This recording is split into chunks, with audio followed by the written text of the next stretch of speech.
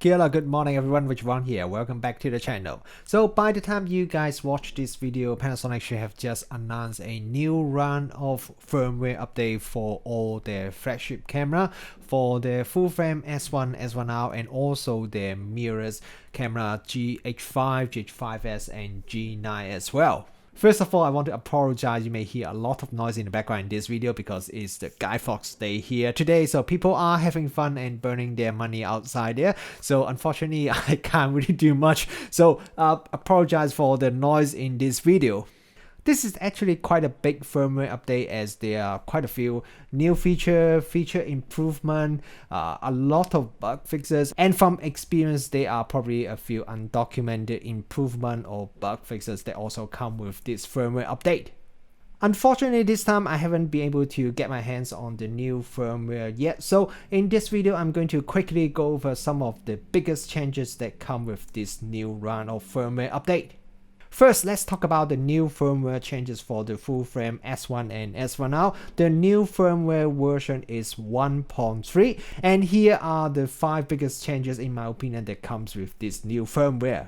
The first new feature is that the S1 and S1R will now be supporting the new CF Express Type B memory card. It looks like the CF Express is going to be the new memory card for all the professional cameras, and while there are already quite a few cameras that has been announced that will be supporting the CF Express card, for example the Nikon Z6, Z7 or the Canon C500 Mark II, that will all be supporting the CF Express card, but it looks like it's the Panasonic Lumix S1 and S1R will be the first camera that will officially support the CF Express card when the new firmware arrives on the 19th of November. Not only the S1 and S1R will be supporting the new CF Express card, the maximum speed for the new card could be 300% faster than the already really fast XQD card. And because of that, I'm guessing that the buffer size for the S1 and S1R will be increased when you are using the new faster CF Express cards, because when you are shooting in burst mode, the camera can just clear the buffer onto the memory card a lot faster than before. The second improvement is improved compatibility with the Sigma lenses and adapter.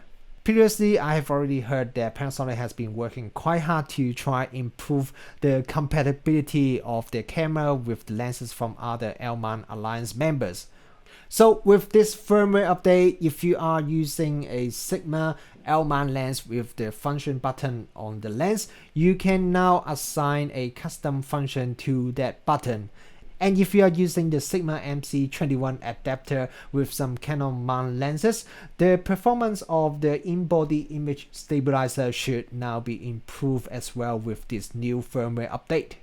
And the next improvement is something that I heard a lot of people have complained or request in the past, is that when you are shooting the high-speed video with the S1 or S1R, right now with the current firmware, the high-speed video mode is pretty much almost fully automated, so there's not much you can control when you're shooting in the high-speed video. With the latest firmware update, you can now shoot the high-speed video either in the P mode, A mode, S mode, or M mode, so that means you could control the aperture value or the shutter speed if you want when you are shooting high-speed video, so that means it gives you a lot more control when you are shooting the high-speed video.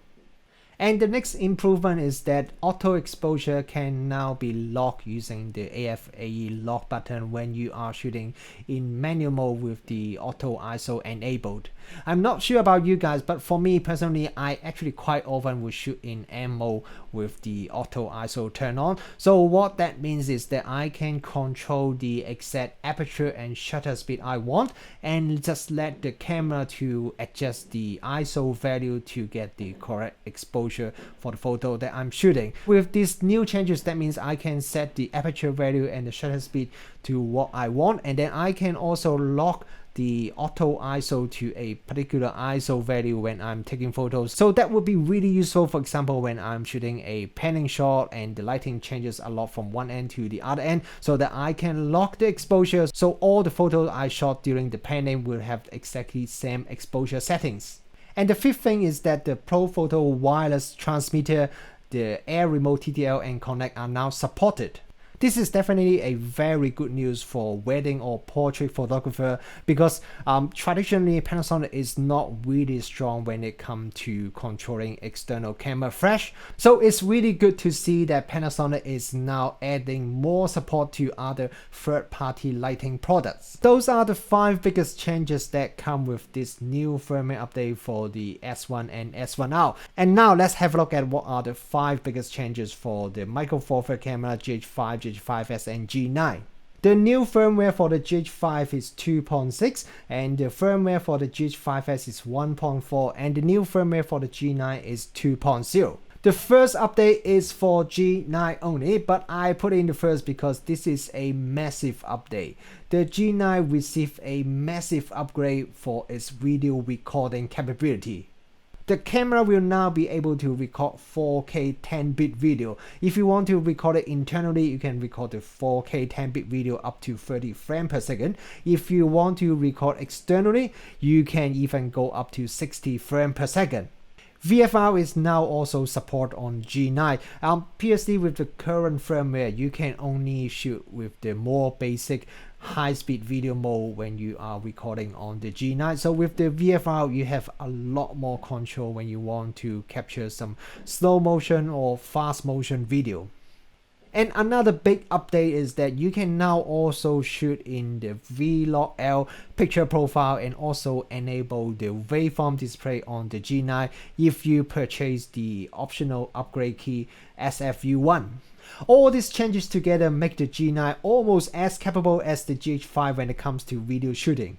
And the second update is that animal detection autofocus is now available on the GH5S and also G9.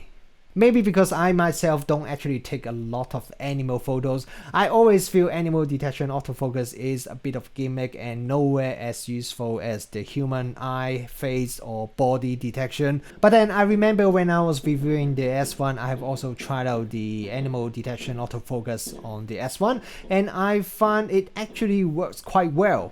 So now Panasonic has bring this autofocus feature to the GH5S and G9. So I think if you are a bird photographer or if you shoot a lot of animal, I think you'll be pretty happy with this new autofocus improvement. For some reason, the GH5 actually doesn't receive this animal detection autofocus update. And the third changes is the new AF on near or far shift. This is another feature that we previously saw on the S1 and S1R, and Panasonic now bring them over to their Micro Four Thirds cameras. What this feature does is that you can now instruct the camera to either prioritize the focus on the near object or the far object. This feature is very useful in situations like you are taking photo behind a fence and you want the camera to only focus on the object at the far distance, or vice versa if you only want the camera to autofocus on the near fence but not to focus on the far object, then you can enable either the AF on near or far shift feature. The next improvement is also only available for the G9. When you are shooting in the multi-shot high resolution mode, there is now the new Mode 2 that is available. This Mode 2 was first available on the S1 and S1R. What it does is that when you are doing the multi-shot high resolution mode, the camera can detect the part of the photo that has been changed during the multi-exposure, and it will try to minimize the blur when it's trying to create the high resolution output. And the last big update is that just like the S1 and S1R, the GH5, GH5S and G9 will also support the ProPhoto wireless transmitter, Air Remote TTL and Connect. These are the 5 biggest updates that come with this latest firmware for the Micro Four Thirds cameras, but there are actually a lot other changes, updates and bug fixes that I won't be going through them all in this video. So there's something pretty much for everyone, no matter you are a photographer or a videographer, you're shooting with natural light or with external lighting. There is something for pretty much everyone, and of course a lot of bug fixes as well. The G9 user will probably be the happiest, but even for all the other users, you should still be pretty happy. Some of these changes and improvements are what a lot of you have been requesting, asking Panasonic to give you. The guys from Panasonic definitely has been listening to the feedback from you guys. As you can see, they have implemented quite a few of these requests with this firmware update. The new firmware will be available on Panasonic's website very soon. So go check it out and download it, install it to your camera, and let me know what do you think about this new firmware. Are there anything that you really like from this new firmware update? Thank you very much for watching this video. Oh, if you are a L-mount camera user, go and check out my new Lumix S Pro 16-35 lens review that I also published right now with this video. Thanks again for watching this video, and I'll see you in my next video.